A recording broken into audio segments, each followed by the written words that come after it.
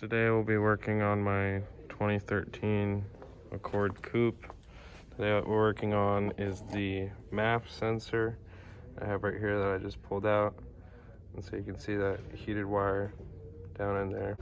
After pulling my car in, we plugged the scan tool into it and we saw that we were reading MAF sensor voltage low. So what we're going to be doing is we're going to be looking for an open either in the signal wire or a short to ground along the signal wire and power. So right now we're just gonna back probe that, look on all data, and see what we find. So after back probing that, we were reading no voltage, so we're gonna go onto all data, look at the schematic, and see if there's a problem. All right, so right here is the MAF and AUT sensor. And what we did was we highlighted all of this and we just followed all these wires until we found a fuse.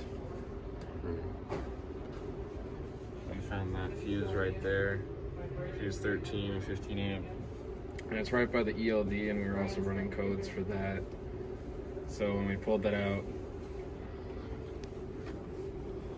we saw that it was broken on the inside. I don't know. After replacing that fuse and running the codes and clearing them, we now have no codes and the MAF is running correctly now. We're working on the 2017 Subaru WRX. We're looking at the MAP sensor, and that is directly on top of the engine right here. We just scanned the Subaru to see if it had any codes, and it says that there are no codes present. So our MAP should be performing correctly. So right now what we're gonna do is we're gonna be back probing our MAP to see if it has variable voltage or variable frequency. On all data, we were not given what each wire was for. So we back probed and saw that this black and blue wire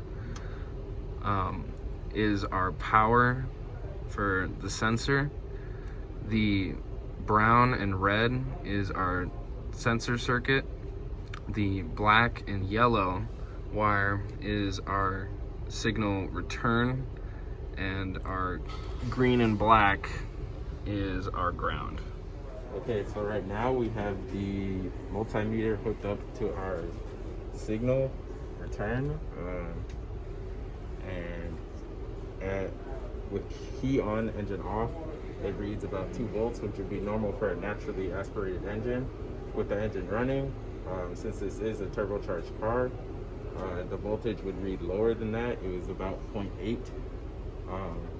And when you rev it up, the voltage will get higher as the pressure gets higher, so that it can get a more accurate reading. We revved it up to about 5K, and it was around like 2 volts.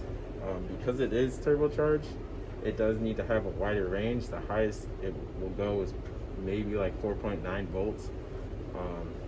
But because it's turbocharged, it needs a wider range of voltage to get a more accurate reading.